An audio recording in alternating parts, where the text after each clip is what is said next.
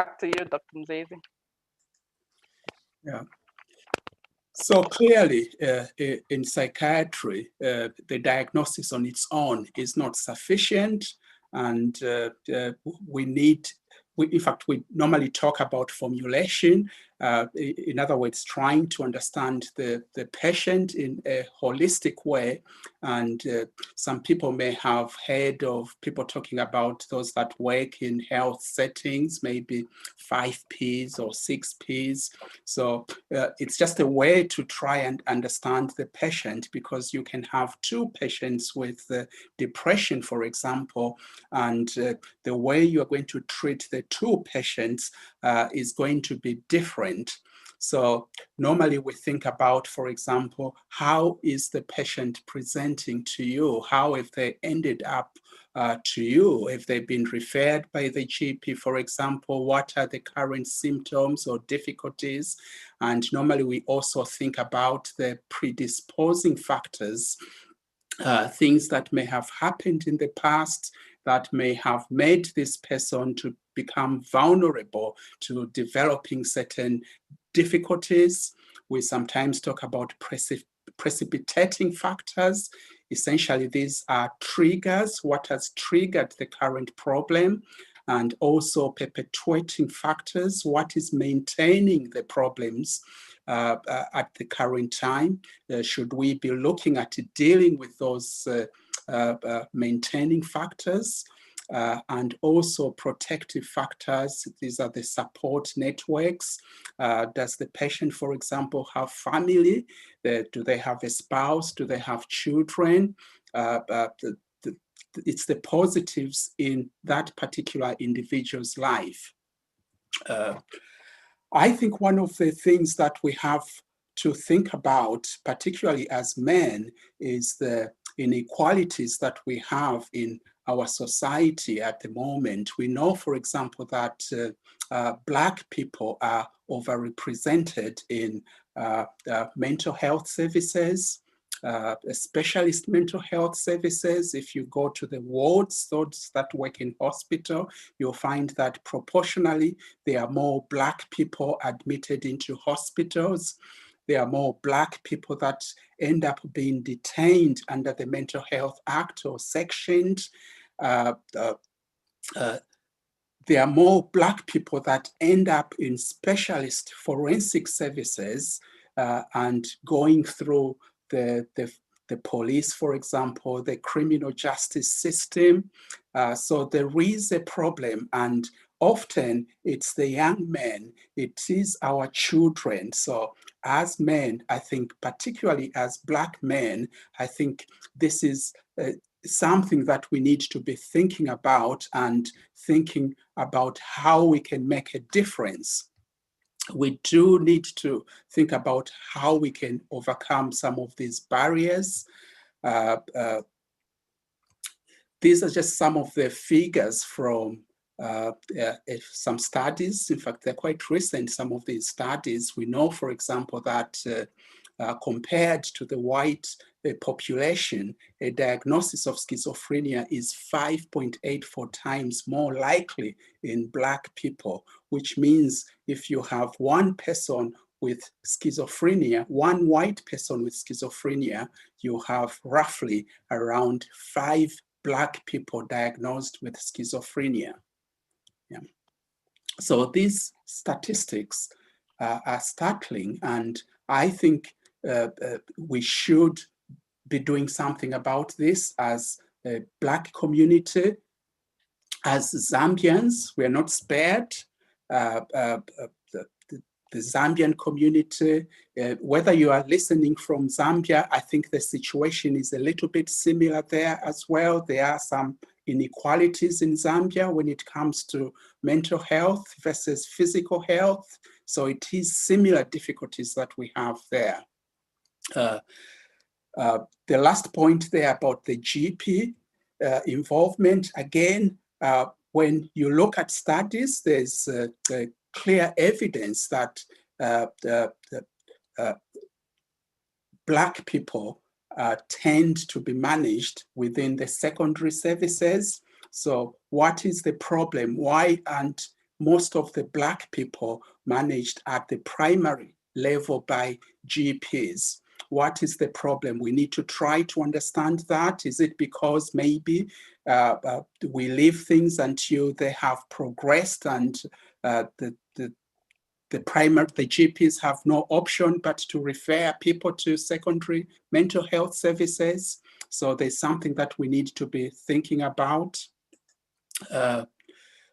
So in general, I think there are a lot of questions that we can ask, but we do clearly know that Black people have poor experiences of health and specifically mental health. We don't know all the reasons, but one possible reason is the issue of racism. And more recently, I think there's been quite a lot of studies around this area.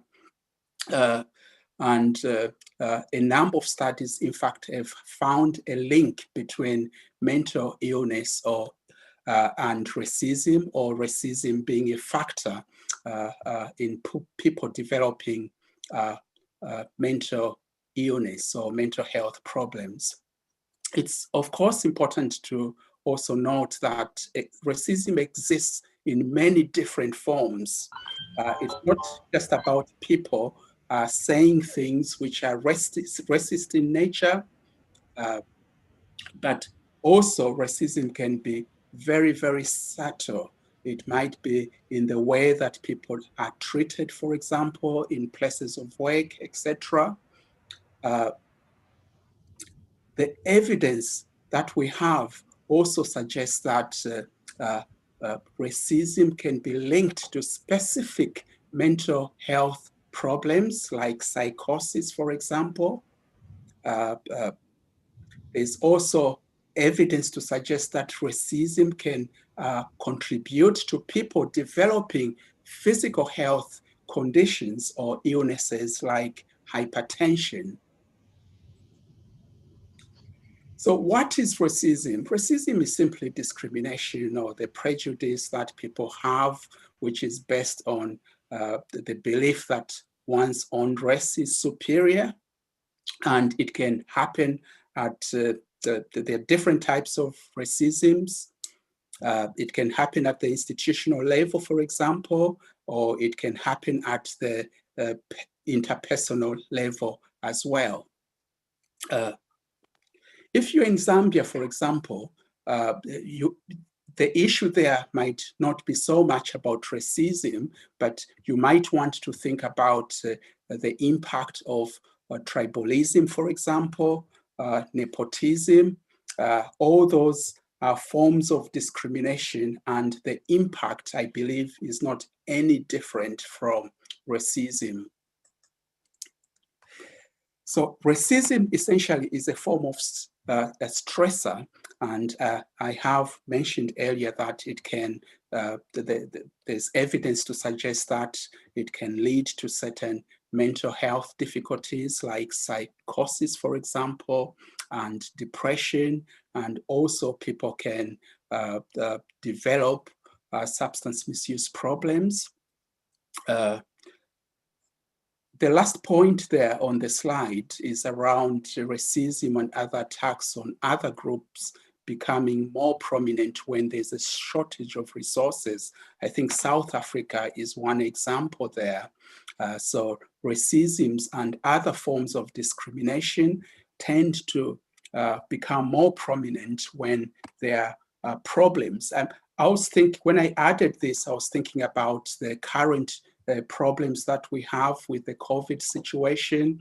I think we had a similar situation around the time of Brexit. Attacks tend to increase on the minor ethnic groups when there are problems within society. Another possible cause of why we have these inequalities is possibly stigma. Stigma is simply a mark of disgrace. It's the labels that we when we label people by their illness, for example, when we don't see individuals as individuals, but we stereotype them, it's the negative attitudes and beliefs that we have toward particular groups of people, maybe because they have a certain condition or illness. And we know there's a lot of stigma as directed at people with mental health problems. And stigma can also lead to discrimination. And I think stigma is a big, big factor, particularly in us Zambians, in us, in the Black population in general. So there are a lot of issues that we need to look at around stigma to deal with some of the mental health challenges and problems that we experience as a community. And again, stigma can be at sort of societal structural level. For example, at the government level, where maybe there are disparities in the resources that are given to mental health as opposed to physical health. And at the structural level, you could also talk about the human rights violations. I would argue that actually there's a lot of human rights violations at structural level, society level, or government level, particularly in a lot of our African countries. I was amazed when I went to Chinama, for example. This is 2 or 3 years ago, looking at the conditions that mental health patients are kept. So stigma can also be at the interpersonal level, but also people can have self-stigma because I'm suffering from depression or I have this condition. Why try apply for a job? Why try get married? Why go to the GP to get some treatment? So it can be at the self level as well. The key thing about stigma is education. We need to give that information to people. People need to understand issues around mental health. How we react to our family members or relatives who have a mental health will largely depend on our understanding around these issues.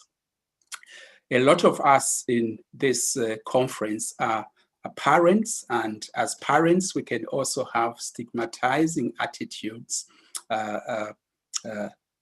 about, for example, suitable partners for our children. If your daughter or son tells you that they're in a relationship with somebody with a mental health condition, the parents can have stigmatizing attitudes, maybe advise their daughter, their son not to get married to that particular individual. So we do need to deal with some of these issues around stigma.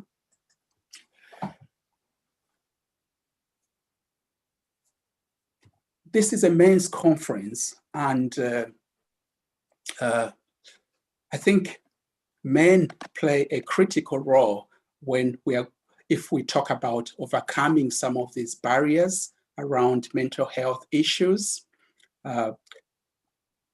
Men, in fact, in the UK, in England, around 1 in 8 men have a common mental health problem. This is from the Mental Health Foundation statistics. So mental health problems are very, very common in men, just as they are in women. And yet we know that men are very, very reluctant to seek help. They are very reluctant to disclose their problems, emotional problems, to family members or friends. Often men suffer in silence. We know that men have, in fact, somebody said men are more likely to seek help from the bottle than to seek help from professionals. So when men have emotional problems, they might use alcohol, use drugs, rather than dealing with their emotional problems. And I think traditional expectations, traditional roles also have a role to play in this, because some of us, for example, I remember very well when I was young that it took me some time to understand why when there's a bereavement and people gather at the house of the deceased usually, and the men sit outside and the women sit inside. And I always thought that it was unfair, and particularly around June time when it was so cold, the women are sat inside and the men are outside and the boys are outside. If you try to go inside the house, you are chased and they say, no, you should be outside. So sometimes some of these traditional beliefs, customs, they do play a role in the way that men then behave later on in life. If you try to cry, for example, as a boy child, you are told, no, boys, men don't cry, you know. So the way that society behaves, I think all that contributes in the way that men respond when they have mental health difficulties. Society expects men to be breadwinners, and sometimes this happens when, for example, I've heard of situations where maybe the woman gets more money, or the woman is the one that is employed, and the man then is still expected to be the main breadwinner in the house, and whatever the woman earns maybe goes to their family. So some of these customs, some of these traditions, I think they do contribute. They put a lot of pressure on men, and men start feeling guilty. They start feeling inadequate. We also know, those of us that work within mental health services, that men are less likely to access psychological treatments than women. Men don't want to talk.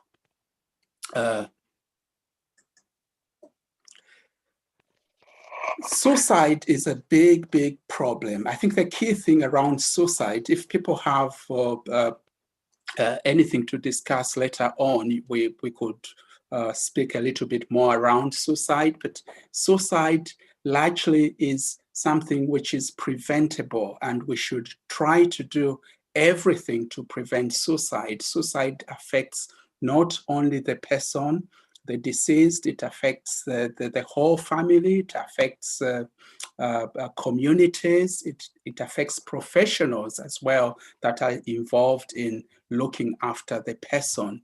So we should try by all means to avoid suicide. I've put there 5,800, so close to 6,000 people per year die from suicide in England. And out of those, 4 out of 5, so around 75, 80% of people that die by suicide are men. So women attempt make more attempts at suicide, but in terms of completed suicides, it is the men, because they largely tend to use violent methods like hanging or jumping off bridges. So it can be preventable. And often suicide is actually an indicator that somebody has been unwell mentally, and often, unfortunately, they're untreated, or if they're treated, they are undertreated. So as men, I think we have a role, particularly as Black men, we have a role in terms of preventing suicide amongst the younger ones in particular. I think in terms of the statistics, most men that die by suicide will be below the age of 50. I think around 40, 50, that's most men die from suicide there. I don't know what the reason is. It could be some sort of midlife crisis, but there could be a lot of factors. I'm sure a lot of you will attest to that.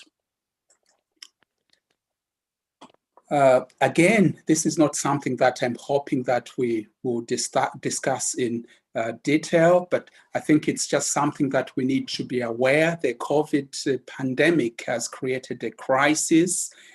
We've had to change in many ways in the way that we live, and the earlier figures that we have, they all suggest that there are more patients that are coming to services with problems like anxiety, depression, and also some trauma symptoms because people are struggling to cope or because they've lost loved ones.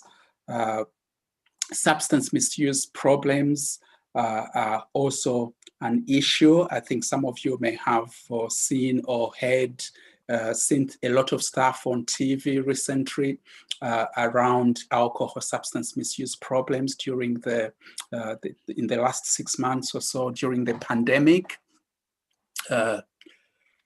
And there's also something about more men dying from COVID, and also more people from Black, Asian, and other minority ethnic groups dying from COVID. And obviously, all these things have implications on our communities. And in most situations, men are the breadwinners. And if we are losing the men, we are losing more people from BME backgrounds. That has implications in itself. So this is just for you to have a think about some of the difficulties and why they probably are happening.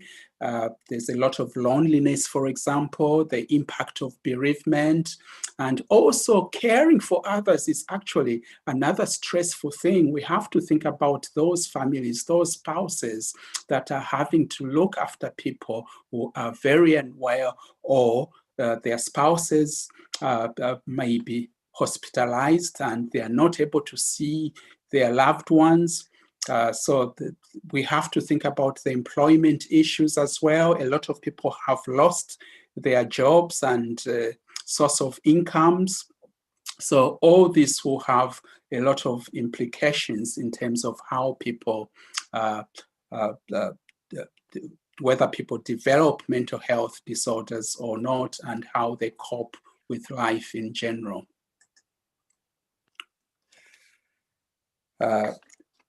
I'll hand over to Dr. Kathy at this stage. Okay. I was just wondering, I know we said we'd do questions at the end. I'm just wondering whether we'd do some of the questions relating to what you've talked about first.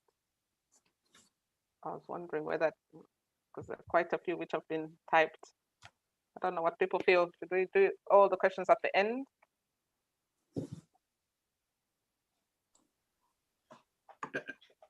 Please, let's participate. Do we want questions now or towards the end, or we may lose, we may forget? What do others think? Could I make a suggestion as well on that one? Possibly we could literally take the questions now, so that when we break out into the rooms, at least we've got a bit of direction and we can discuss positively from even the answers from the questions. Okay. That's my suggestion. Thank you. Thank you. Thank you. What do others think? There are some questions already there and comments. Do we want them to answer the first few, put the questions and then be answered at the end? What's the consensus? Do we want questions now or we leave them to the end? Mr. Mwambazi, are you there? And either way, what I would say, I would leave it to both Dr. Muzizi and Dr. Muyeba to manage it in the best way they know. What works best, that will be the best way to go. Okay. Maybe we'll stick to the original plan. We said we're going to do a Q&A at the end. Okay. Yeah, Dr. Mzizi, happy with that? Yeah, happy with that, yes. And take over, please. Okay. So what we're going to do now, we're just going to break out in some rooms, looking at the number of people we are. Maybe we can, Dr. Bankole has kindly organized 5 groups. So we're all going to break out, it's all random. And there's the tale of Vashmumbi here to discuss. It will be just about 10 minutes. And then after that, we'll come back and then go on a short break. So basically, Vashmumbi is a 47 years old gentleman who's married and has got 4 children. He's got 2 daughters and 2 sons. And together they've been living in the UK for a number of years, and both of them work full time. And their children, some of them are still in school. One of them is at the university. And everything was fine until Vashmumbi suffered a significant racially aggravated knife attack. Fortunately, he survived without surgery, and he's been back home with no major issues. But then a few weeks later, he started noticing that he was struggling with restlessness all the time. He was feeling quite anxious. He started having nightmares, and it was mainly around the attack that he was being attacked again. And he started having panic attacks. And because of that, he started avoiding going out, of the house when he was on his own. And this sadly had a negative impact on his job. So he's been off sick for 2 months now. And it's having an impact negatively with the interaction with his son, who is at the university. And he's been avoiding going to church as well, or getting involved in the online activities, preferring to just, maybe spend most of his time in bed. So he discloses to you while you're at this residential men's conference, and what do you do? So 2 questions. What can you do to help him? And then the next question, how can you support yourself and others to take care of your mental health? So these are the things that you'll be talking about just for 10 minutes. Come up with maybe 3 points for question 1 and 3 points for question 2, and then we'll come back and feedback. It might help if maybe you take a picture of the screen, just so that when you're in your breakout room, you won't have access to this.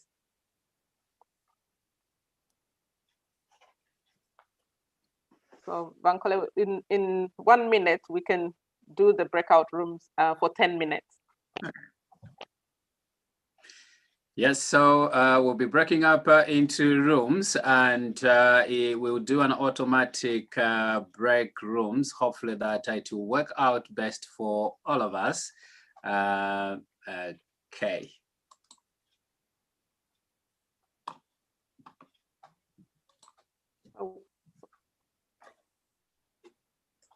We'll see you in 10 minutes.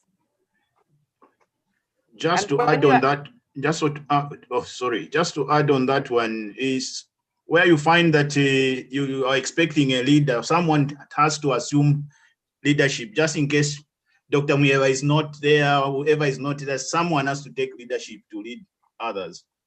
Yeah. Thank you. So we are in 5 rooms. 5 rooms, yeah. We are in 5 rooms. Room 1, we've got Wasakala, Bachabala, Dr. Labwe Ochiti, Matthew Mtonga, Nicholas Mdala, Nkumbu Msonda, and Roxton. Room 2, Dr. David Katulwende, Dr. Muyeba, Dr. Victor Chalekwa, Leslie, and Logos Room, Zoom, Sam Zulu, just like that. So please be in your rooms and let's discuss.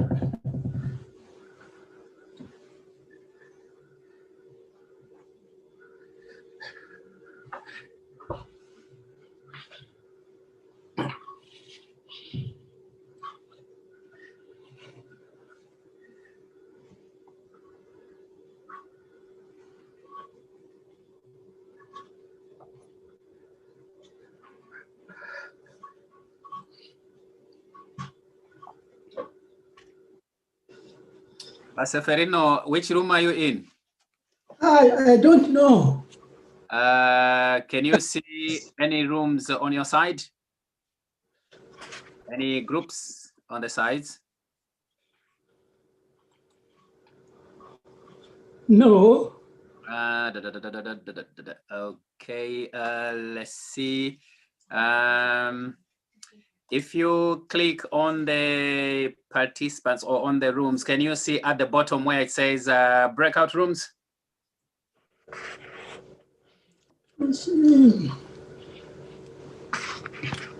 Let me see which group you might be in. Just click on the screen and then choose a room, and on the side, just click join. If it works.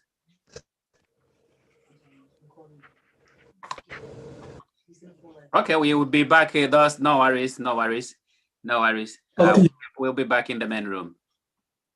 All right.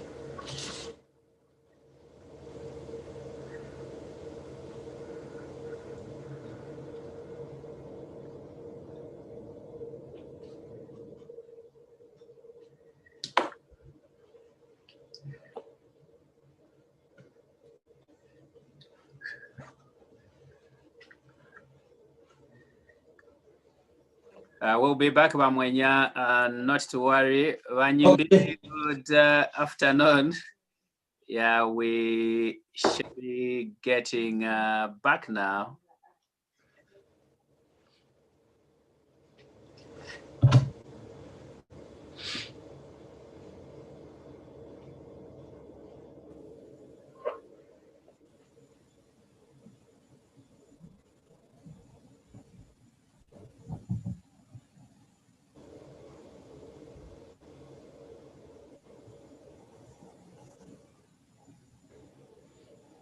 Everybody will be coming back in the room. So hopefully that we are ready to get back into the main session.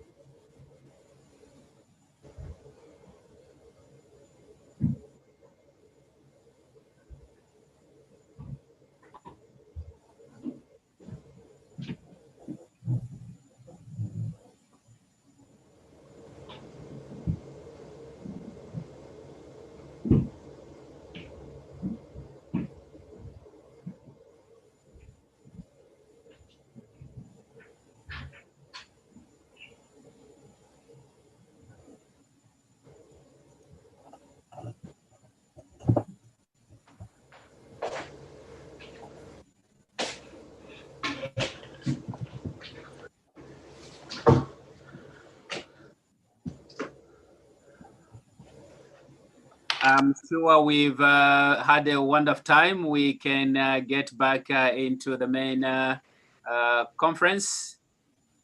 Vanyimbili, you look busy there. Can you hear us? I can hear you. Can you hear me?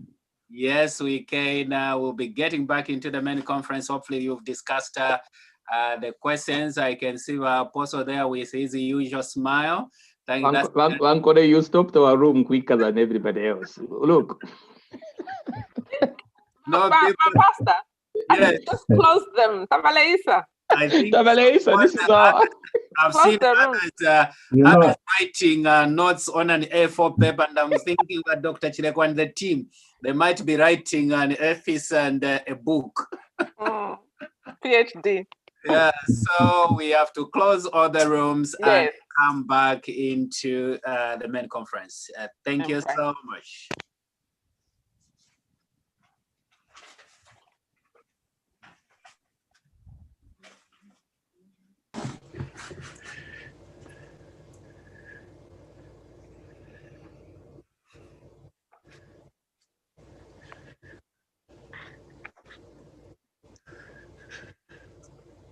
Pastor Ferino Mwenyamkwai, you are live and clear. It's all right. We are back in the main conference room, so that should be fine.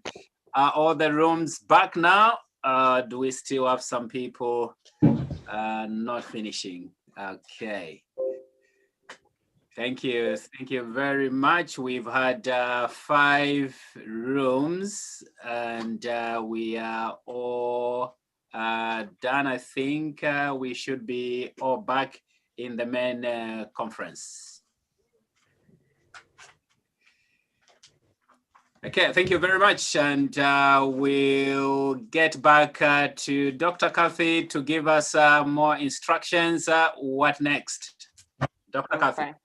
Okay, thank you very much. So I think when we broke out, there was 32 people, 38 people, and now we are 32.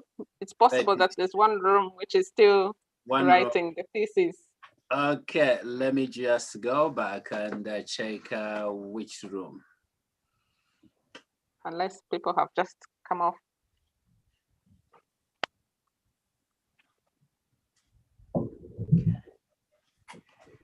I think all the rooms are empty now. Yeah, okay. Unless if others might have dropped off. Hopefully that they'll be able to come through. Thank you. Okay. Okay. So part of the plan was just maybe to have a 5-minute comfort break, and then we'll come back and do the feedback and finish off the session. So just 5 minutes. So what time is this now? So if we all come. It's 27. Okay. So if we all come back after 5 minutes, so 15:32, and then we'll start straight away. Okay. That's great. That's good. And we'll play some music. Okay. Thank you.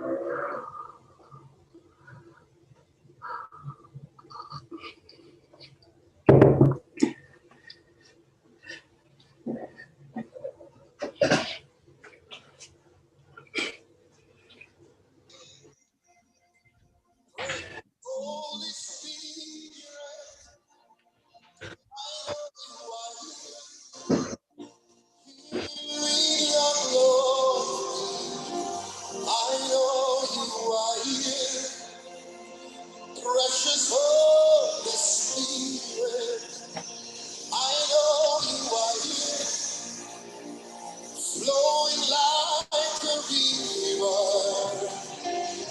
I know you are here, sweet Holy Spirit. I know you have come tonight. You are here to bring revival. I know you are here.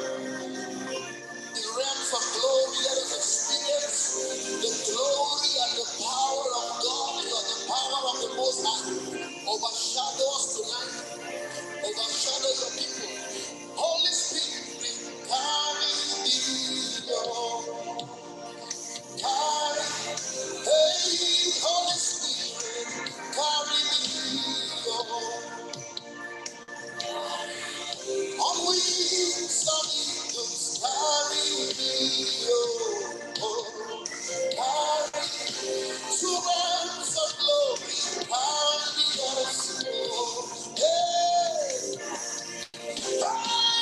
Holy Spirit, carry me, oh,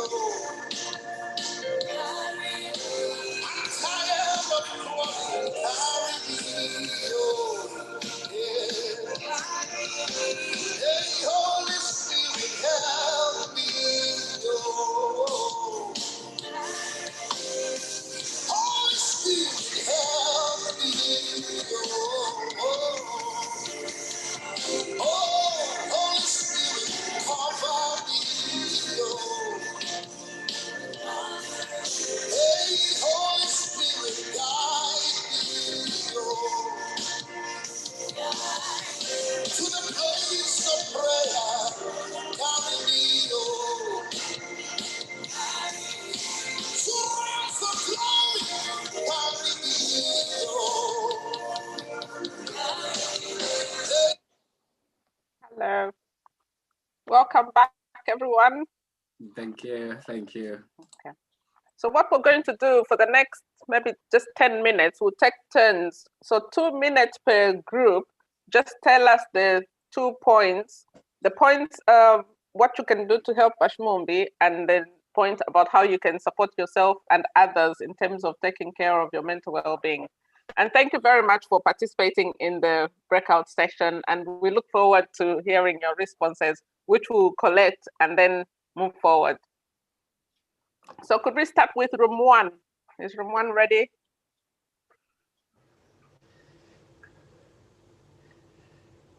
Those from room 1, please, if you can share with us what you discussed. Which one was room 1? I didn't. Room 1 is where our Benjamin Sakala, I love where Wachitiba, Matthew Mtonga, Nicholas Mdala. Okay. I'm talking report for us. Okay, room 2 will be the one where our David Katulwende and Dr. Mieva was. Okay. And room 3 is our Charles Mlenga, Bachzenge, and our Patrick and Mwambaz. That's 3. Room 4 is where Dr. Catherine was. Room 5 is where Dr. Lakson Muzizi, Mwenyase Felino, Peter Msonda, and the rest were. Thank you. Room 1. Speaker from room 1.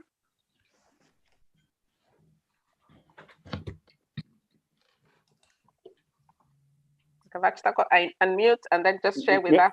Maybe it's on mute. You know, I'm Tonga. Who is giving the report in room 1? Benjamin Sakala, Mtonga. Who is the Tonga. Matthews Tonga. Okay, Tonga, can you hear us? And if you can give a report from room 1. Do we have Matthew Tonga? If you can unmute and give a report, please.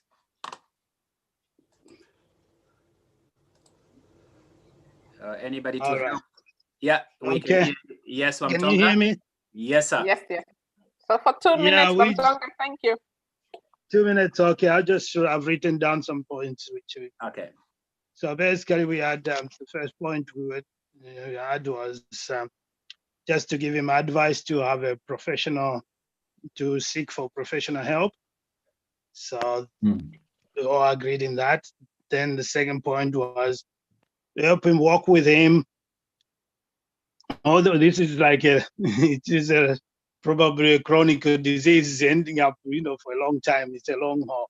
So you got to have fellowship with him and just make him, feel that you are there for him, to have fellowship and pray with him, and as usual, while he's seeking professional help, create trust and be a pillar to him, help him, where you can have trust and he can confide in you in all the issues. So continue to with continuous prayer and maybe seeking also spiritual help. Then,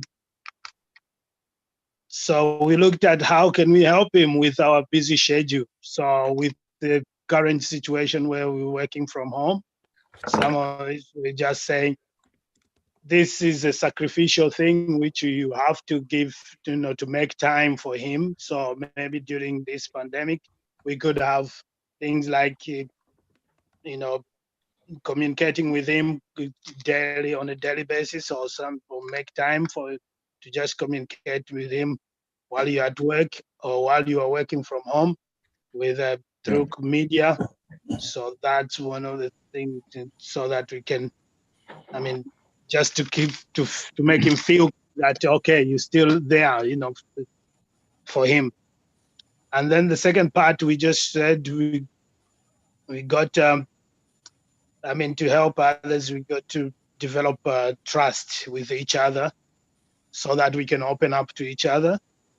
Having fellowship and developing friendship, especially men, we are very hard at that. We don't develop friendship as quickly as women.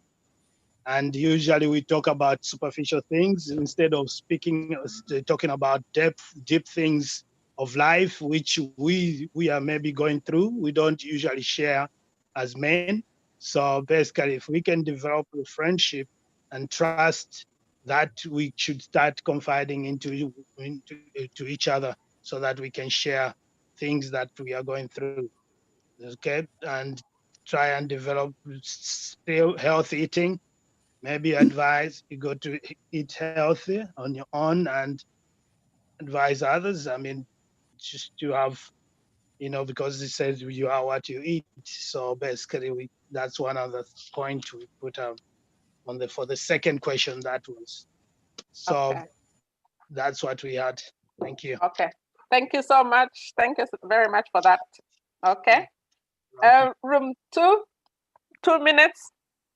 Let's stick to time. 2 minutes, room 2. I wrote down the notes for room 2. Okay. So we had on the first point, have a listening here. Opening up may bring up other underlying issues we noted, and then try and understand exactly what is happening, and try to deal with what you can see immediately, be practical. If they are not going for work, see if they can get help from the human resource department. Find out if there are other underlying issues, refer them to for professional help. Then we look at the sources of the problem. Is it spiritual? Is it physical? Is it a social problem? Then in a spiritual issue, going with him through the scriptures, and then also have a conversation around what the solution can be. Is it medicating or talking? Mm-hmm. And somebody identified, well, if somebody hasn't been sleeping, then probably they need some pills. Then we identified it's not necessarily the case. Dieting and physical exercise can help if somebody is having those issues. Then that was on helping him. On helping yourself, that was the second question. You yourself need somebody to talk to, make sure you're surrounded with healthy relationships, and be dedicated to helping people with mental issues. Get training yourself, be balanced when you're helping somebody, manage expectations, don't overpromise. And then you yourself need to sleep well, eat well, exercise well, be a prayerful person, and meditate on scripture. That's our points. Thank you. Okay, thank you so much. Thank you for that. So room 3, 2 minutes. And if something has already been mentioned, maybe you can just say like them, but then add on other things that you came up with, which are different. Thank you. Yeah, our group, the main point, which was in one way or the other has been mentioned, show empathy to Bashimombi, for that to help understanding, so that you will be able to disclose more, so that you get to know what's in the world of Washimumbi, so that when you gain some kind of an understanding, then you can point him to the right or appropriate government institution or charity in terms of financial, in terms of well-being, and as the case may be. And as well, an opportunity for you to be praying with him could present itself. You can take advantage of that. And if he needs some kind of counseling, you could encourage him and point him to a suitably qualified counselor.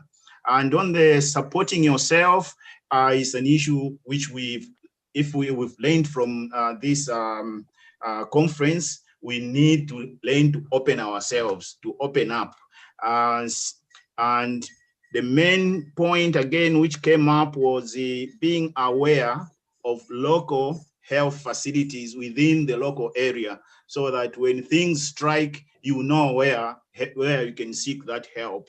The other, and just having in some kind of a network bubble where you can share with friends, people can help. Church counseling, if that helps, just connect with your local church to see if there are people who are involved in counseling, so that you are aware yourself and gain some understanding. Yeah, other than that, the rest of the stuff have been talked about. Thank you.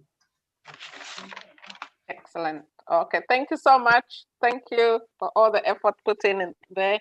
And room 4? Yes, room 4. Most of what I brought down has already been said, and just in addition, what we said was try to understand what he's gone through and walk alongside him, and give him the assurance that he is not alone, because we felt that is important. Signposting him to proper professional services, which has already been mentioned, but the full range, if it's financial and so on, that's for him. And then for helping ourselves, prayer, we need to put everything in prayer, like number 1. And then we need to look after our own health and really look out for each other. Thank you. Yeah, excellent. Thank you so much for that. Very brief and to the point. And lastly, room 5. Thank you. Thank you. Most of the points have been raised. We mentioned almost all the key points that the first 4 groups have brought out. But we also appreciate the fact that Washimumbi came to the residential men's conference. That was one of the parts we looked at. So he came there, that's where you discovered all these issues. So we said that's the first thing to appreciate Washimumbi of, for having come to mingle with men. That's the first point of healing that we noticed. And then from there, we talked about the other people's points they brought out, like seeing the medical advice to the specially qualified, encouraging Washimumbi to meditate, also pray with him, also encourage him to cast away the fears, because the things that he's seeing are not real, but just maybe fictions or something, but we need to build in that confidence in Washimumbi. Then we also talked about showing empathy to what he's disclosing, because it's not something that maybe is easy that is going through that. But we say that we need to encourage him to make sure that we show that empathy and support. About the second question, to say that how do we support ourselves and people around us? We say that we have to face ourselves with people that will not talk down or maybe be negative in life, because in that case, you might take that kind of also attitude. Also, we say that you have to access information so that you're able at least to use that information to build yourself. Most of the other things have been mentioned by other participants. Okay. Okay. No, thank you so much for that. Really, really sounds like a lot of thought went through it, and you've pretty much answered all the rest of the slides that I had for the rest of the presentation, which is brilliant. And I like the fact that you are planning to show empathy, you are going to embrace him, and also bring out the good that he's already doing. So despite his circumstances, he still came to the men's conference. That's a big thing, and go out of your way to acknowledge that to him, because that will encourage him, to build him up. And I also like the fact that we all recognized the place for the psychological element of his issues, but also the social element of his issues and the spiritual element of his issues. Because in health, everything has to work together. There is, like we said, there is no health without mental health. If we just move to the next slide, Dr. Mzizi. Yeah, so if you see, imagine health is a three-legged stool, and all those aspects have to be present in order to maintain good health and well-being for Vashmumbi and every one of us. And if one of them is not sitting right, we fall apart, like in the next slide, we just fall apart. So while we're looking and addressing his situation, we are open and you do that holistic view of what else is going on. What else is going on? And maybe, I know some people went and looked at the attack and what did that mean to him as well. I didn't hear much said about the impact on his wife. And I think deliberately I didn't mention the wife in there, just to see if people would think about how is she coping, because she's the caregiver. If he's not leaving the house, if he's not doing the things that he used to do before, what's the burden on her as well? So when we're having those conversations as well, remember that even if it's 1 in 4 people who are affected by mental health, it doesn't end there. And I think somebody else mentioned, Dr. Mzizi mentioned, and also the pastor, that it then affects other people. So there are more people who are affected by one person's illness. So and in terms of what we do for ourselves, if you imagine resilience, the word resilience, I don't know what comes to your mind when you hear the word resilience, but basically it's about the bounceability, the capacity to get back into shape, the original shape. So if you think of an elastic band, if you stretch the elastic band and let go, it comes back to that original size, but you can continue stretching for a long time and it just comes back. So how able is that elastic band able to come back to its own original shape? And in the sort of, when we look at people as well, it's the process of adapting, when we face adversity or trauma, how well do we adapt and come back to our usual self when such things happen to us? And if somebody has good resilience, then their adaptability is better, their bounceability is better, their ability to spring back into shape is better. And things will happen to all of us. And Dr. Pastor put it really nicely, Pastor Lupia, Bishop Lupia, he put it really nicely about we will have many troubles, and we hear about this all the time. So if you are in trouble right now, so some of us are in trouble right now. Some of us have just got out of trouble. And for some of us, we are walking into trouble. So the trouble is always going to happen. But how do we prepare for that? And we have to be intentional about building that resilience, that bounceability, because when life happens, it can make a difference about how we respond to that. And it's like saving as well. When you have the money, you save as much as you can, so that on a rainy day, and the rainy day will come, you have something to draw on, rather than trying to save during a rainy day. And then we heard about the challenges as well. The definition of the challenges, that was quite nice. That is physically engaging and mentally engaging, but also it's not permanent. So coming back to that resilience and the elastic bag, if you continue pulling on it and keep it like that, sustained trauma, sustained difficulty, sustained pressure, there comes a point when that elastic band doesn't go back.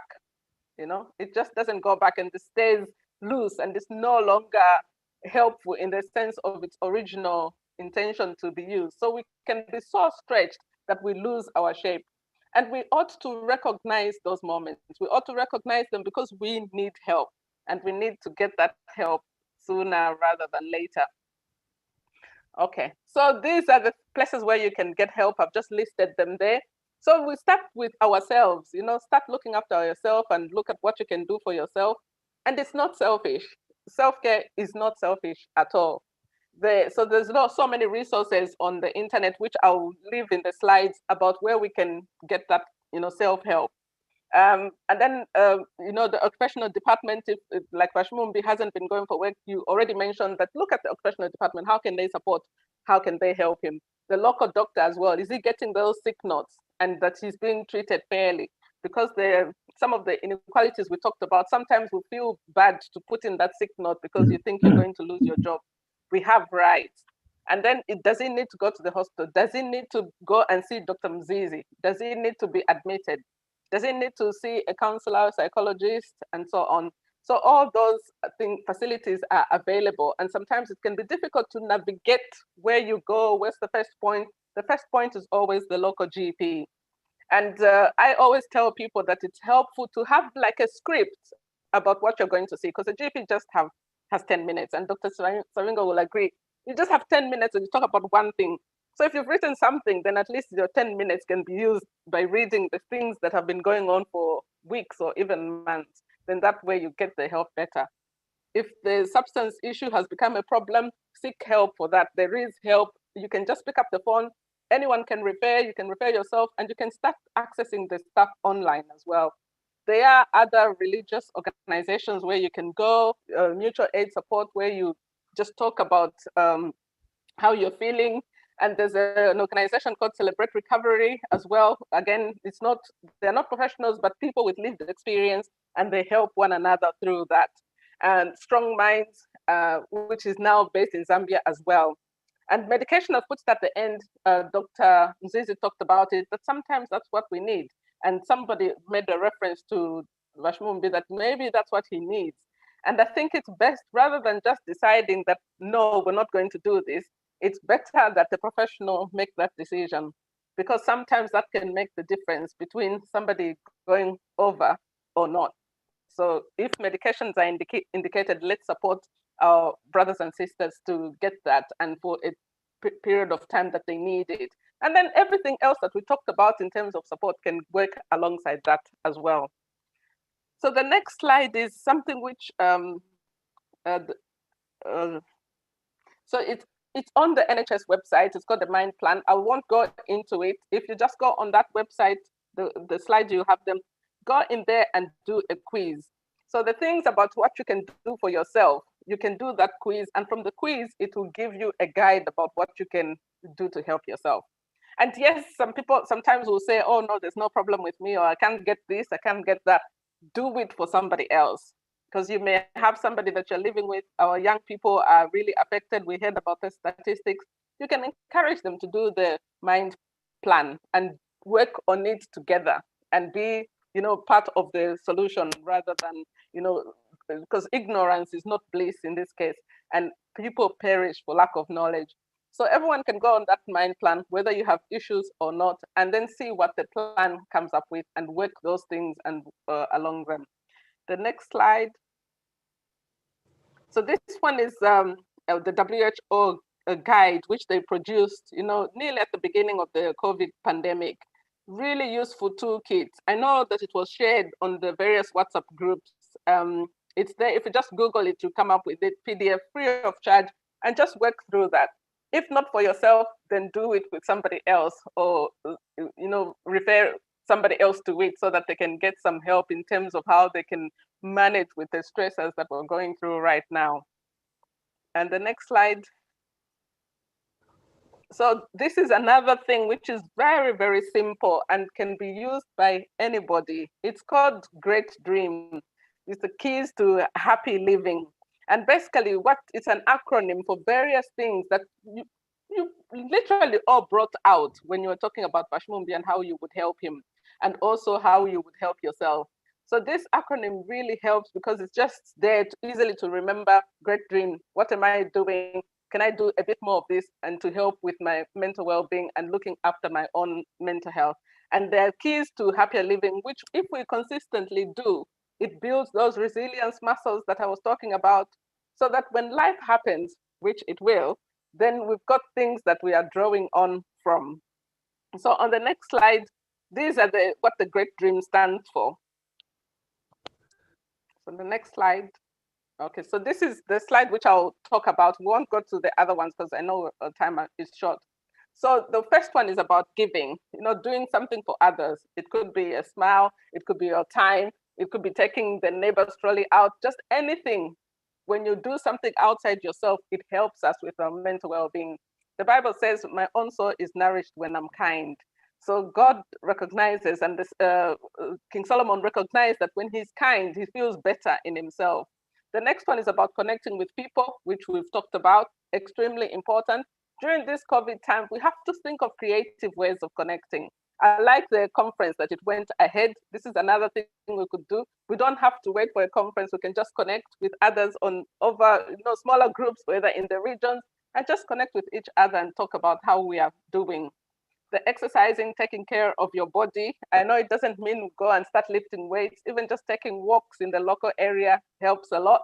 Living mindfully, I think other people talked about, being prayerful, meditating on God's word, and mindfully thinking about what we are doing at every time of the day. And keep learning new things. When we learn something new, the body produces hormones that makes us feel good, and it gives us confidence, and it helps us a lot. So if Bashmumbi, during that time when he's home, somebody walking alongside him to help him learn something new together, then it will help him as well a lot in terms of building confidence, and there's a distraction as well. And then about direction is about having goals, something that you're looking forward to. When you have set some goals and you're working on them and you know that you're going to see results, it helps us a lot in the sense that we are looking forward to something, and that brings joy to us.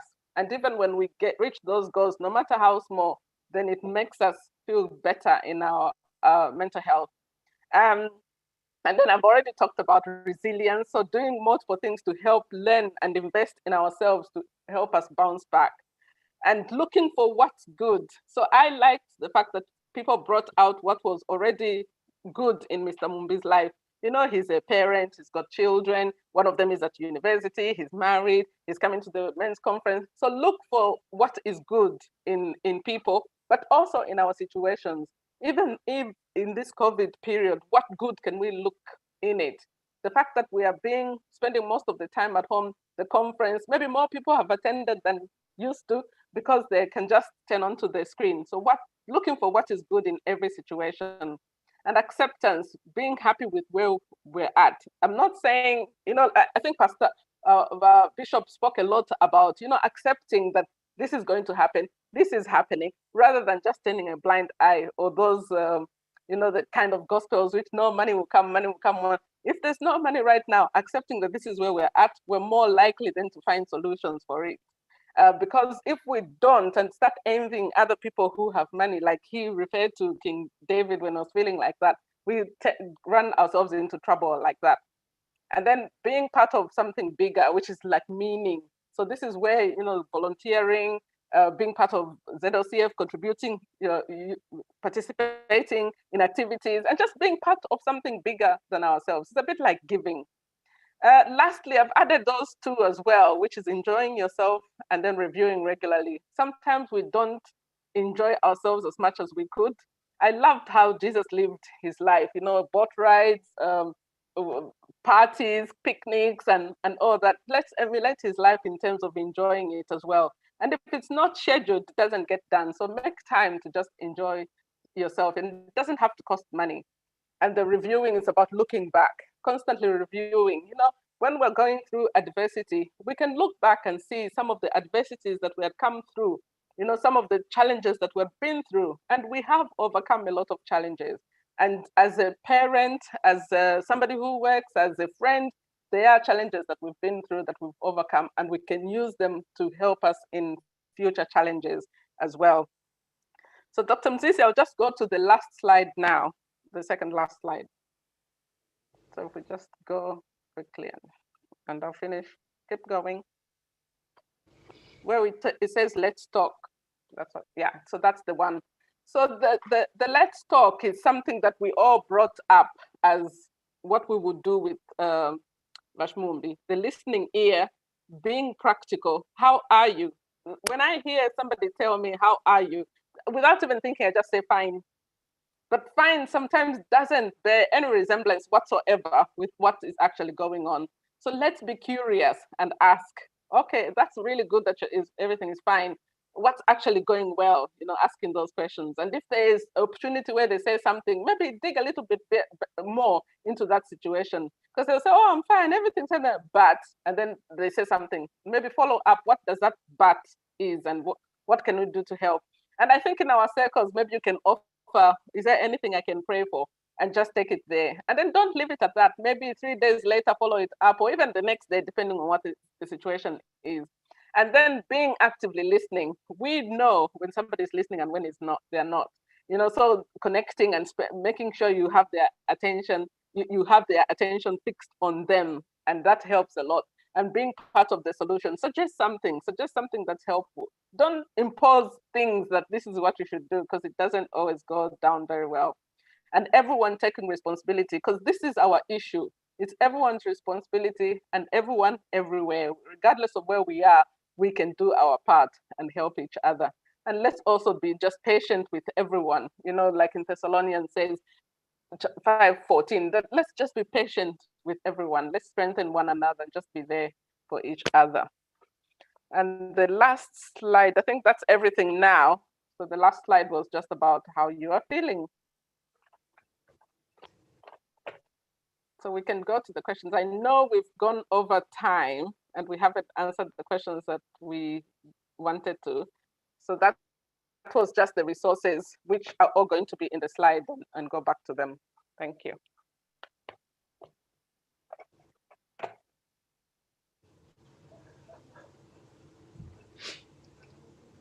So the questions. Question time. I think there were some questions before.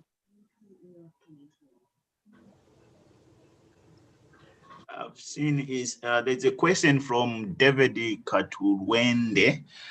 Is the 3-legged stool a medical tool? If so, can they evaluate spiritual health? So it's not a medical tool. It's something that you use when you're analyzing different components of different issues.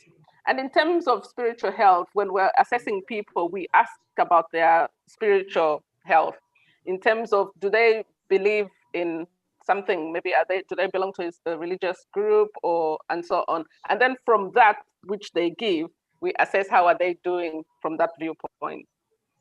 So that's how we would assess in terms of spiritual health. There's a question as well from Dr. Ngambi. Maybe Dr. Ngambi, you can just unmute yourself and ask.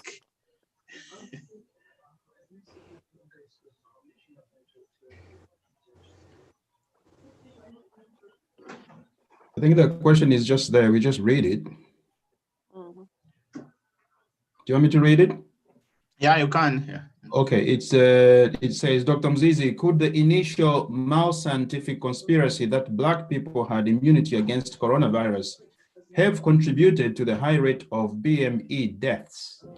If not, what are the reasons we know now for high BME deaths? I think this is really relating to the corona that you mentioned. So I think that's Dr. Mzizi, I think. Yeah.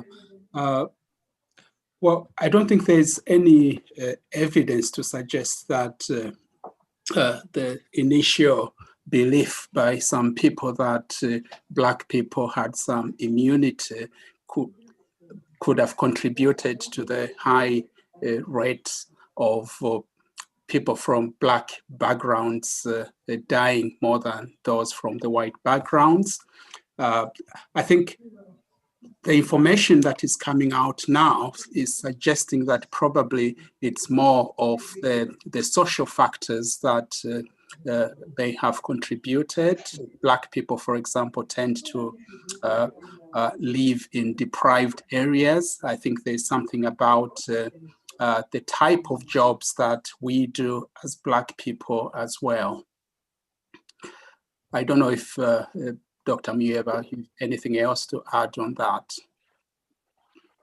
Nothing else other than also the things like, the non-communicable diseases like hypertension, diabetes. When those conditions are present, they refer to them as an underlying condition. They increase the risk of, of poorer outcomes. And in our population group, we do tend to suffer from those conditions. So that would have contributed as well. There was another question, I think Dr. Ngambi, is he still here? It was about the ACEs. So he just brought up some figures that he found on the internet about how the staggering impact on, the ACEs and the youth in Zambia, and wondered whether did the study go as far as in looking into solutions or recommendations, and do NGOs have access to this study or involved? I know that the study just came up with those figures and statistics, which is what most ACEs were doing before. There are some studies which have been looking at what can help with people who are identified as being high risk. And I know doing things like cognitive behavioral therapy has helped, and also where the people are involved in sort of storytelling so that they're not focusing on the past and rather on the future. And I know that in Zambia, there's a lot of work that's happening in terms of NGOs and mental health, a lot of communication that's going on. There are organizations that have been set up. And I know one of the young psychiatrists, Dr.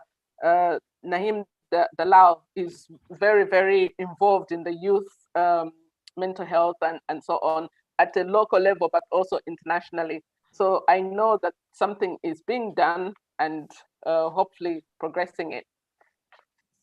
And I think before that, somebody had asked the question about with the ACEs, was it because of HIV and AIDS, especially in the 1990s, where households were disseminated, leaving children with little or no support systems? I think from the study they did, they didn't link it directly to that. And when you look at the 10 ACEs, being orphaned didn't seem to be one of them, but I can see how when you're not in your usual family structure, you can very easily suffer the other ACEs as well, in terms of that. So they definitely link. It was the first one that I've seen in Zambia. So I think more of them would go into more depth like that. Thank you. We've got another question from Malabwe Ochiti. Is it possible to differentiate these mental problems from someone being demon possessed? I'll leave that for Dr. Mzizi. That's a very difficult question, I think, and I may be in trouble for saying certain things, especially with the pastors in the house.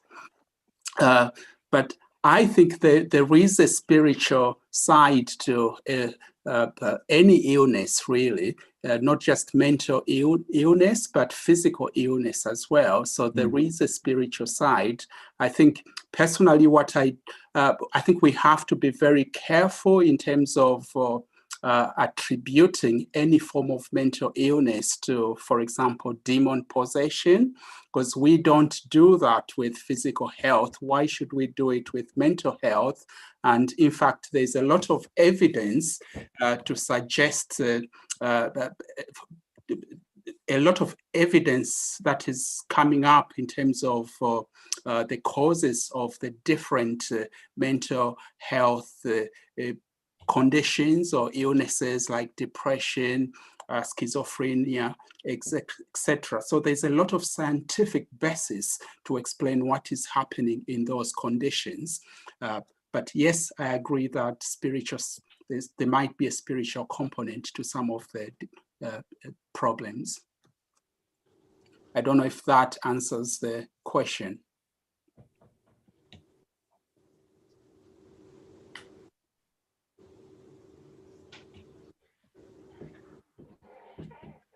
Yeah, I wanted to say something, Dr. Mzizi, on what you have just alluded to on the spiritual aspect when somebody has got a mental sickness.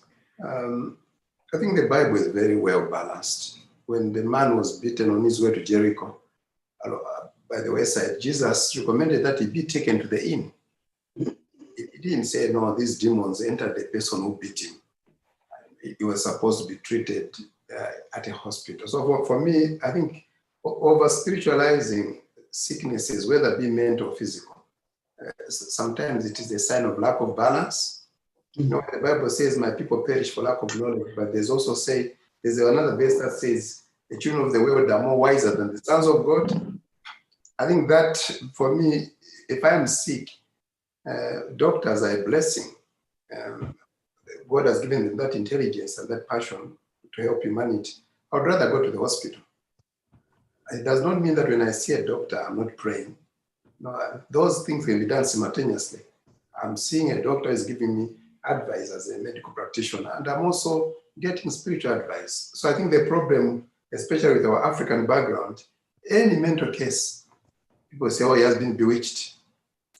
Even when somebody has been going through what some of the things that you have been mentioning, maybe the kind of upbringing, the kind of torture a person has gone through, people they just develop this, they become mental unhealthy. I think we need to attribute what is spiritual to spiritual with a balance, and what is physical to physical, what is mental to mental. Practitioners who can help us. I think it is just a biasness and also a traditional mindset. Thank you. Yeah. I don't think there are any other questions on the chat. Unless there are any other questions, I think we'll pass back to Dr. Mieba. Do you have anything else? If not, no, yeah. Nothing else to add. Thank you. Back to you, Pastor Nkole and Mr. Mwambazi. Oh, as always, thank you so much, Dr. Mzizi and Dr. Kathy Mweba, for this very valuable information you have shared with us. It's highly appreciated. Well, we've nearly come to an end, but not there yet. We've got a few minutes where Patrick Piri will just give a vote of thanks for us for attending this conference. Over to you, Patrick. Good afternoon. I just want to say thank you very much, everyone, for attending the conference. I just hope you've actually enjoyed it the way I've actually enjoyed it. I've been sat here for nearly 6 hours, maybe, and almost 5 hours. I didn't even feel it. It's been such a fantastic occasion. Now, if you can allow me really to just, it is my honor and privilege to give a vote of thanks to all those that have actually been involved in the making sure that this conference can go on smoothly. First of all, I want to thank our Bishop, Bishop Rupia, for having accepted to actually come and speak to us. I want to say thank you very much. When we began the preparations almost 3 months ago or so, and he agreed, we were very happy on the committee. I also want to thank our national ZOCF chairman, Dr. Mieba. He's been extremely very supportive, just to ensure that everything goes on very smoothly indeed. Then also in the background, you've seen all those adverts that have been coming. Pastor Nkole also, in ensuring that everything in terms of advertisement and just mentioning both on the men's forum and as well as the women's. I want to also thank. There's some noise in the background as well. I want to thank also Mr. Mwambazi as well for co-hosting this occasion. This is just marvelous. And lastly, but not the least, I just want to thank all the men that have actually had, spending the entire day with us. I mean, I've seen some fantastic people there. Dr. Chilekwa there. I can see Mr. Benjamin Sakala, Wangambi. Too many to actually mention. Mr. Leslie Ndlovu, a lot of other people. I just want to say thank you so much for actually having stayed with us.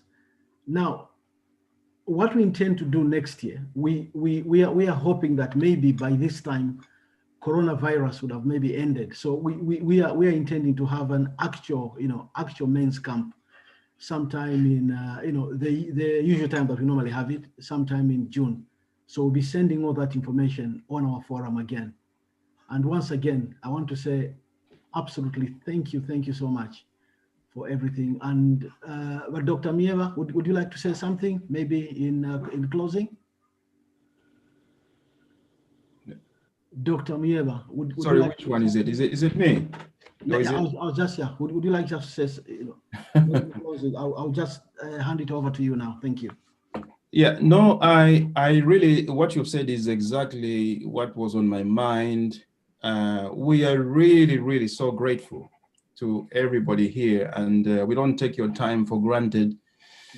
We don't take your anything that you've done to attend this for granted. I think you've taken your time, and time is money, and time is real life.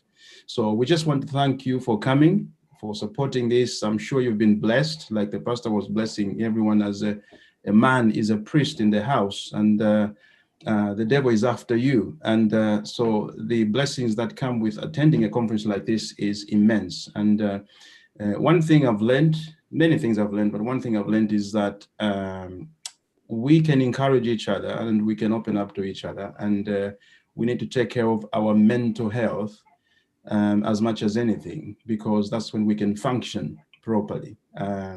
Again, the statistics are there targeting really, really the men in the UK, for example. Very, very bad statistics for us as men, in fact, Black men. And so attending a conference like this is really important. And again, I want to thank the organizers. You guys have done a fantastic job. Looking forward to next year when we have a physical meeting where we can not only sit like this, but we can eat together, go outside and have interaction. So really, really thank you. Again, thank you, the speakers, Tio, who wasn't even on the cover.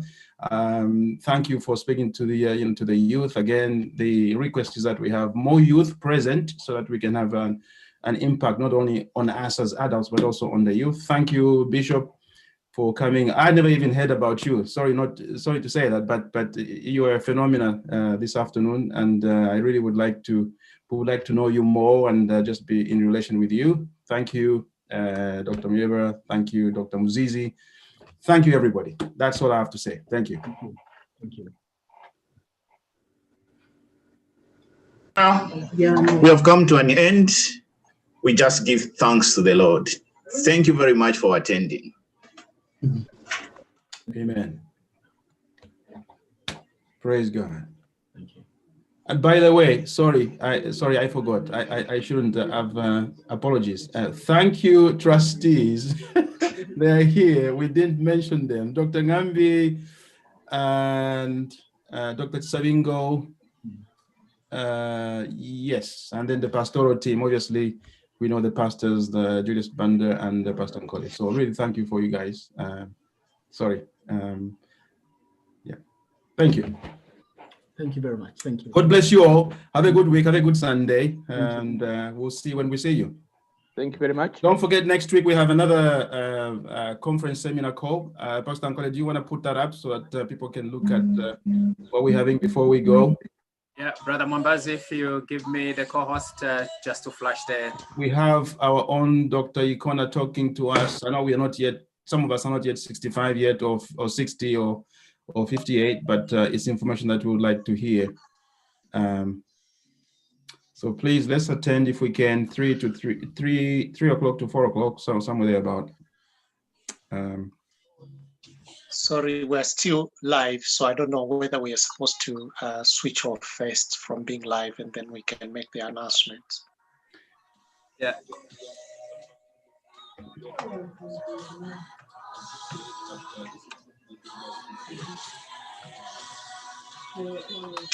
I think we'll find a way of distributing it. It's for some reason I can't.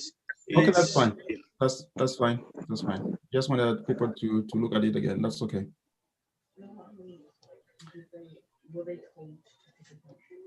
You are free to log out unless you want to continue chatting. You are welcome for that as well.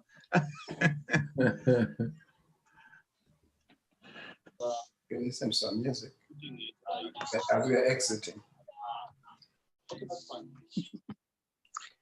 Thank you, everybody. Thank you so much. Thank you, everyone. May God bless you.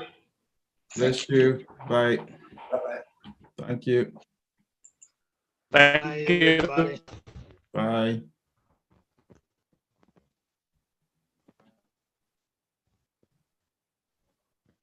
Bye, everyone. Bye. Bye. Bye.